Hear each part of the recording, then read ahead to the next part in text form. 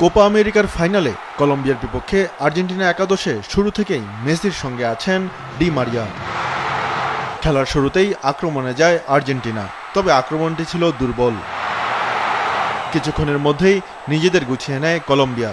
প্রথমার্ধের প্রায় পুরোটা সময় আর্জেন্টিনাকে চাপে রাখে দলটি।